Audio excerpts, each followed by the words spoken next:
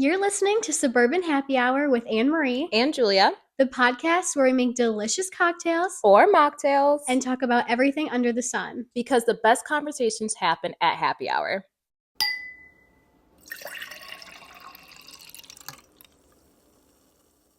So today's episode is going to be all about change because I would say Amory and I have gone through a lot of changes in the past 2 years that we want to talk about.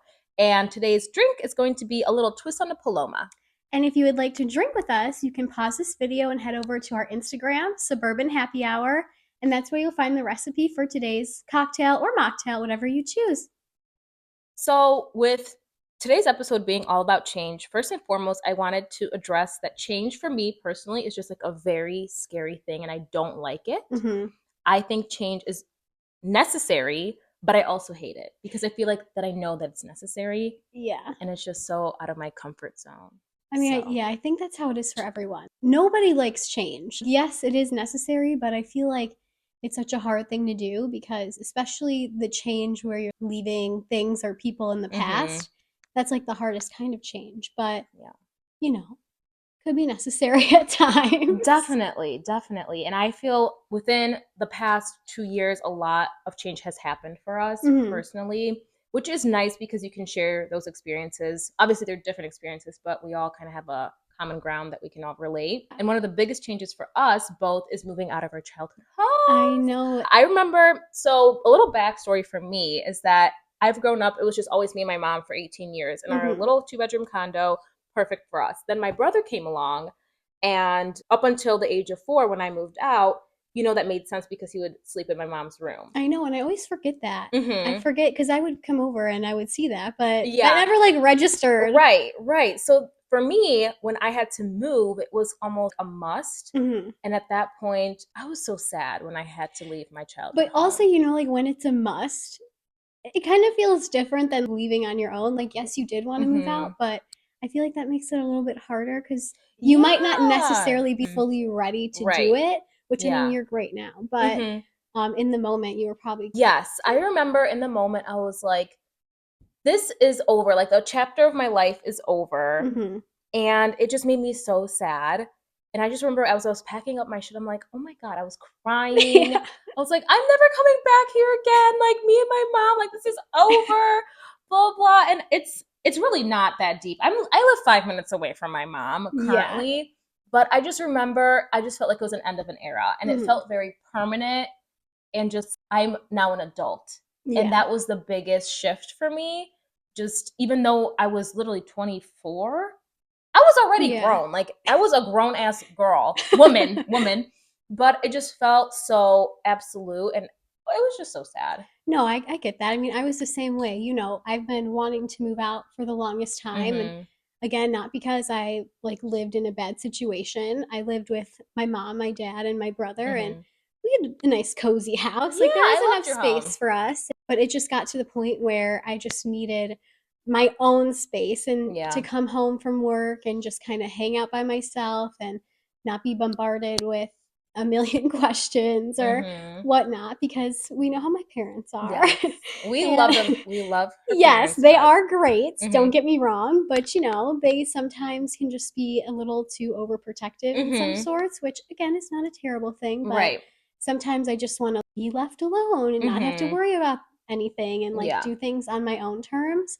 And so that was the kind of reason why I really just wanted to move out and gain that independence and actually just start doing things for 100% myself, which has been crazy. But like you said too, as I was pulling out of my driveway for the last time, because I bought this place and then I was still fixing it up here and there, so I didn't move in right away. It took you a few months to actually move in. Yeah, so I did all that, and then the last time I was actually driving, pulling out of my driveway, my childhood house, I was sobbing. It was like a movie. I was looking out the windows. I did not know that you were crying.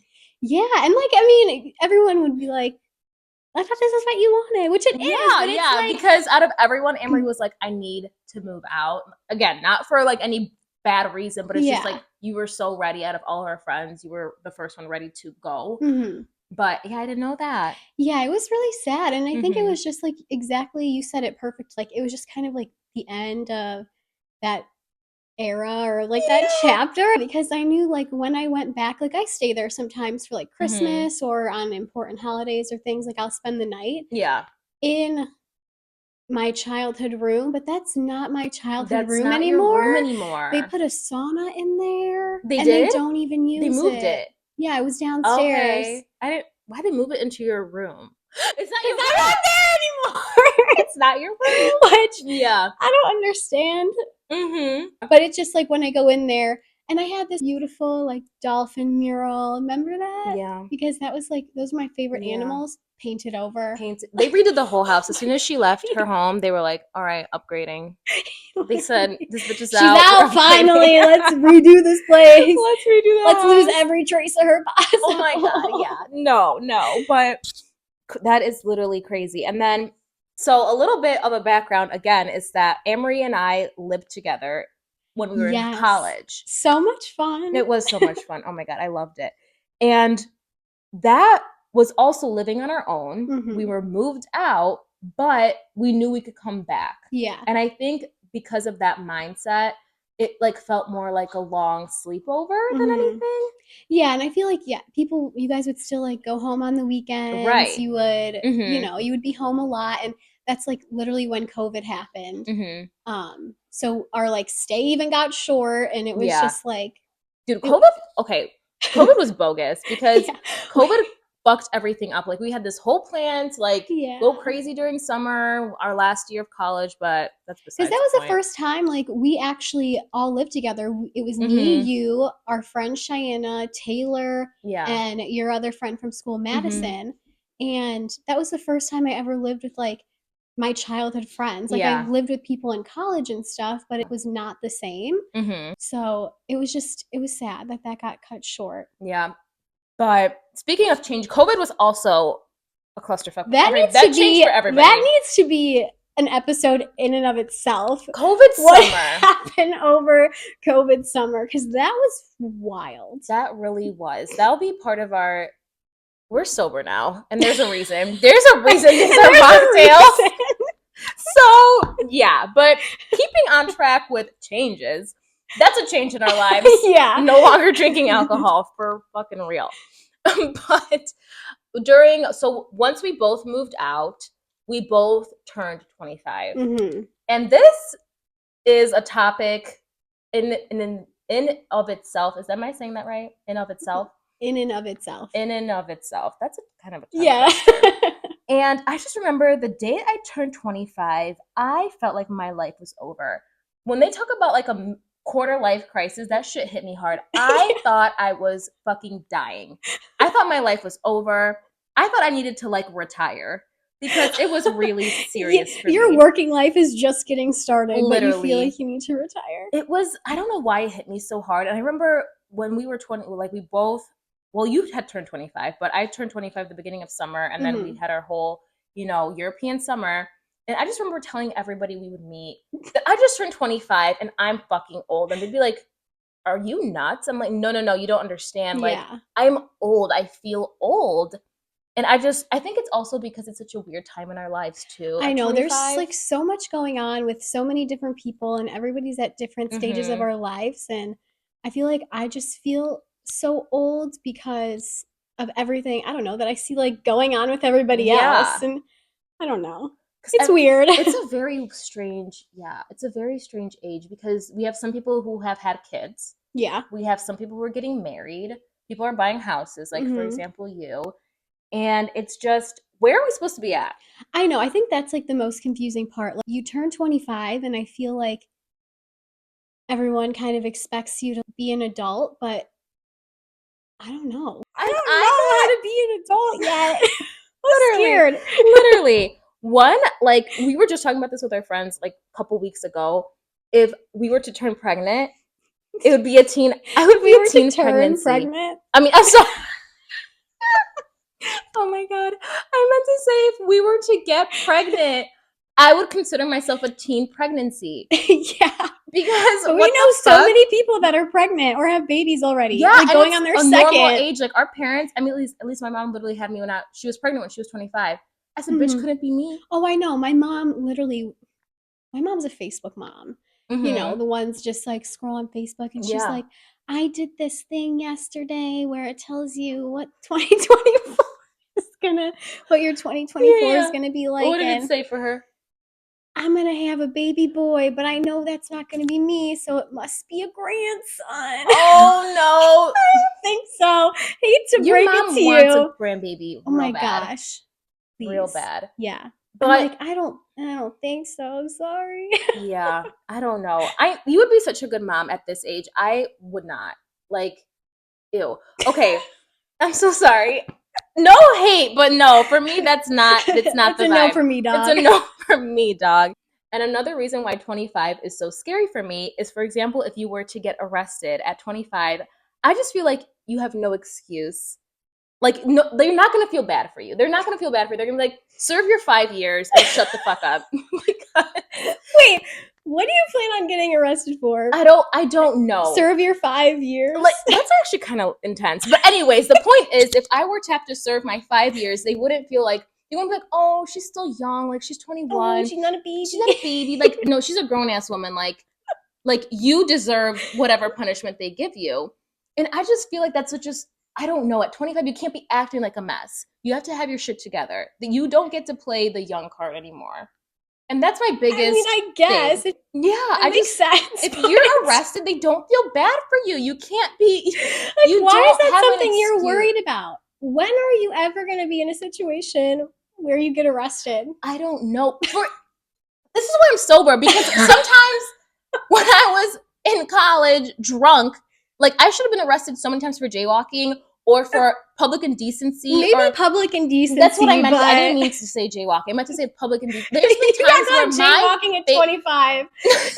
You're a terrible human. 5 years in the slammer. No. Amory, country day party? Do you remember country? We should have got arrested. We should have had our hands in fucking handcuffs because it was that was so bad. And we were what, 22, 23? That was right before COVID. Oh, so 24. Still, they would have gave us a pass. No, we weren't 24. They would have been like, oh, they're having fun. They're in college.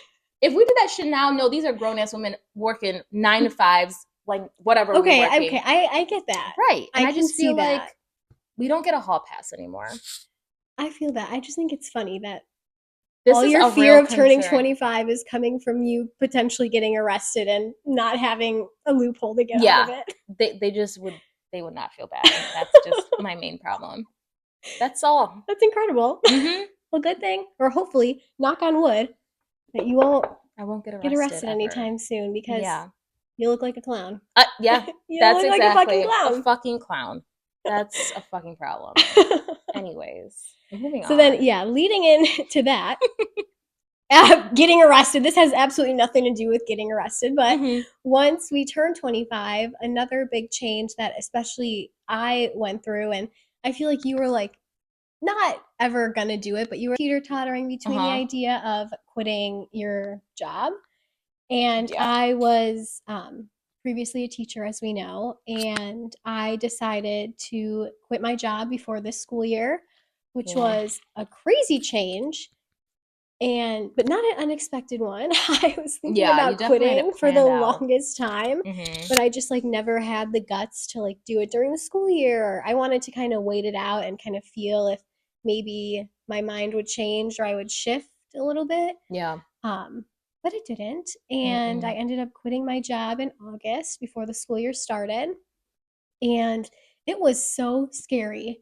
I had like many sleepless nights thinking about it. I was sobbing. I mean, I literally called you after I quit. Change sucks because the anxiety involved with it, and especially like seeing you go through that, I'm like, holy shit. But if you have to change, if it's something like that you're gonna be miserable for the rest of your life if you don't make that change now, obviously do it. But and exactly, I didn't just quit because like, oh, I don't want to work anymore. My mental health was suffering pretty bad. The situation was just like not for me anymore. Excuse me.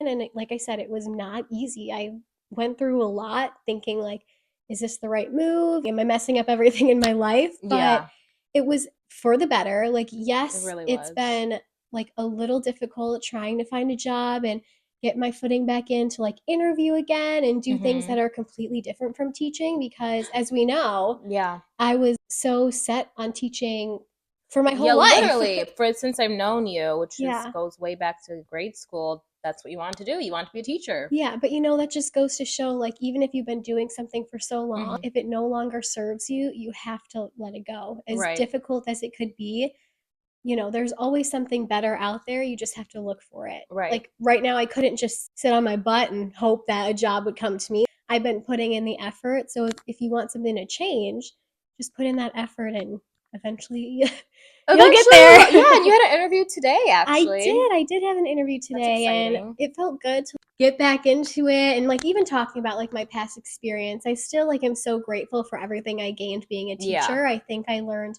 a lot of skills that can help me even in my own life. So I never regret being a teacher, and I'm just glad that I did make that switch though, because I am a lot happier now. Yeah, than I was. That's the one thing. It's just you always have to put your mental health first, because if you're not happy on the inside, as like basic as that sounds, you're just going to be a miserable, grouchy person. Yeah. And don't do that to yourself. But going off of that, I know that you've kind of swayed back and forth about your job. What little changes have you made within your job, like to kind of love it again? Okay, don't get me wrong, I love my job. So I do real estate. I think I've mentioned that. And I just think I need to focus on the positive of it, because once everybody gets shitty clients, shitty customers, whatever it is, and you can't let those people bring it down. So I really place emphasis on the ones that are really excited about the whole process, like really grateful, and I try to just make it the best experience for them, and that helps me, because at the end of the day, I do love what I do. I do love, helping people, pairing people up with their, dream home or their starter home or whatever it is, their investment.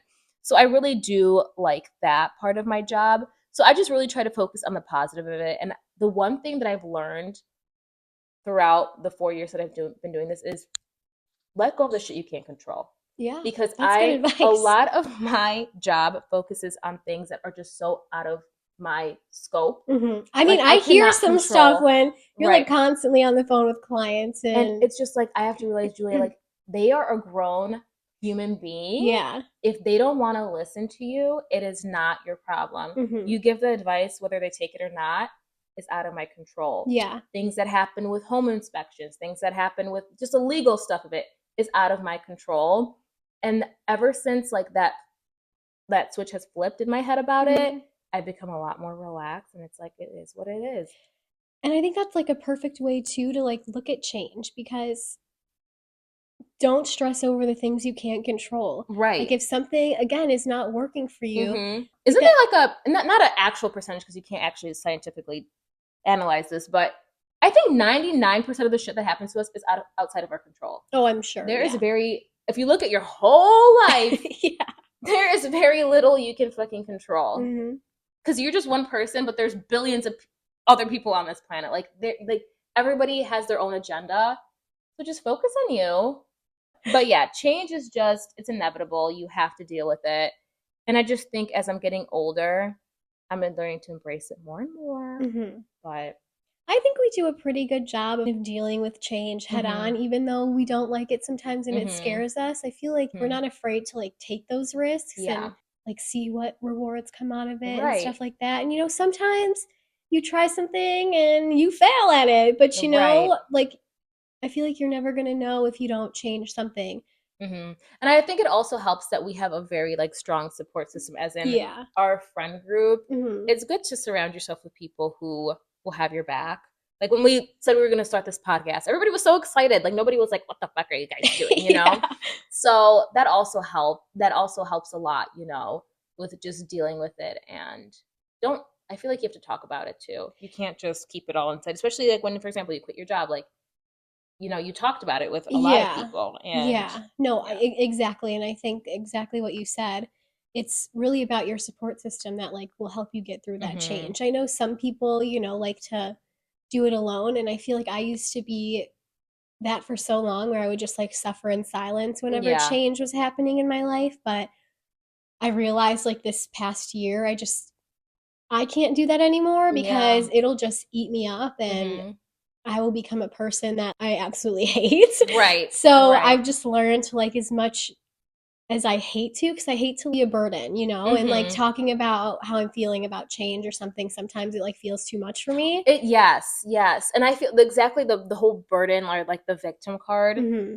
I feel like we're just so wired in our Yeah, society. Is just everything's great, everything's perfect. I I love my know. life, but Especially with like social media now, which I right. love though. So like a lot of influencers now are showing the more real side to Right. them, which is really Right. nice to see because we need to like start rewiring our brains that it's okay to not be perfect. It's okay to make those changes. It's okay Mhm. to be upset Mhm. or just lay around all day and not do anything. Like Exactly. that's fine. And I think everyone's at that's different what stages, and I think I mhm. really realized that, especially this year because of all like our friends at different stages in our lives. And Yeah, I just have to realize that change is different for everyone and change happens at different paces for everyone. And it does. just because something's happening to somebody else doesn't mean I'll never get there. I'm Mhm. just going to get there on my own time. That is a really good way of looking at it Yeah. because you can't compare yourself to others. At the end of the day, it's just not healthy, and Hmm.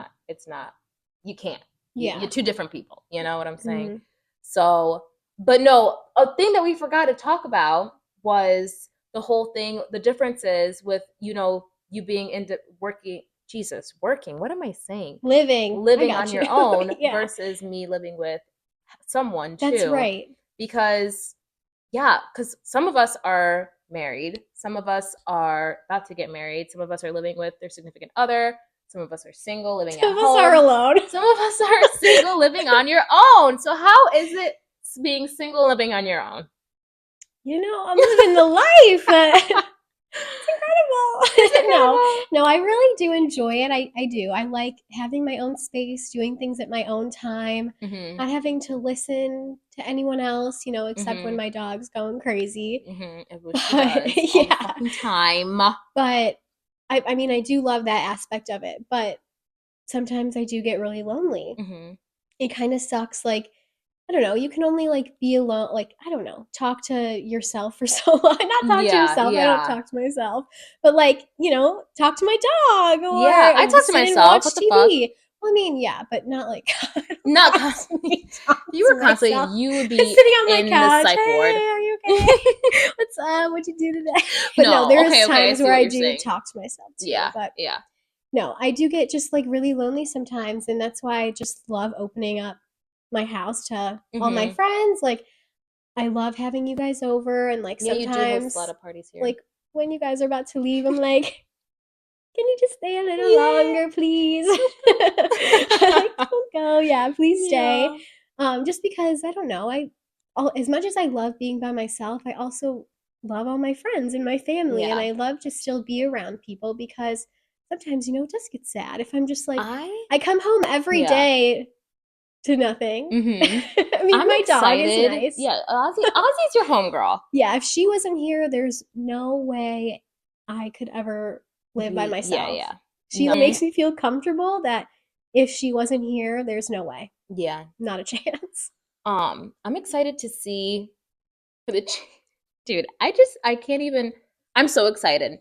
I'm so excited to see once you do find a significant other, how you're gonna adjust to that. Because you have been living on your own for almost 2 years now. Yeah. And it's gonna be a big change for you. Yeah. It's gonna be oh my But you know god, it's what? It'll be exciting. so nice to like split up responsibilities. That's It what I is the love freaking about worst having to yeah, like take the trash out, wash all the dishes, do clean the the whole laundry, house. yeah, clean the house. Just so tired of it. I'm tired, I'm tired of it, Grandma. No, Grandpa. that's the one. Not one of many things I do like about living with Dylan Yeah. is that we split that up. Hmm. You know, we have a much smaller place than this. Our condo's like only like 1,000 square feet, but we split it up, and it takes me like an hour and a half to clean, and I can only imagine how long it takes you to clean the whole thing. Hmm. But another thing, well, because of moving in with Dylan, that was a big change because of the fact that I had to adjust to living with another person. Hmm. I mean, we, like I said, like we mentioned, we live together, but it's different with roommates, I feel like. Yeah. So I think it's different with girls. Yeah, it's different with the girls in general. But the thing is Dylan is like almost cleaner than me. He is a very like type A person when it comes to organization, and I'm not. Mm-hmm. So that's been the biggest thing. It's like the only thing we really fight about is a goddamn dishwasher. And it drives me nuts because if I put a plate in the wrong way, I will hear about it. Okay, but sometimes there is a certain, once you like get used to doing it, it has its spot. Oh my God, don't. You're triggering me. I'm just saying. No, I get it. But that's the only thing is just like the difference in lifestyle that I had to adjust to. But once we kind of figured out our flow, it was totally fine. But still, the dishwasher is just like one of the things. So if there's one thing that we want you guys to take away from this episode is that embrace change. It sucks, but it's good for you. It's necessary. It's a necessary You can do evil. it. You can do it. It's always for the greater good. Yeah. Even if you don't see it in the time. Yeah. Nobody ever sees that something good's going to come out of this, but usually something good always does. Right. Just have a positive mindset. Positivity for 2024. That's Positive the word. Always. #. Bye.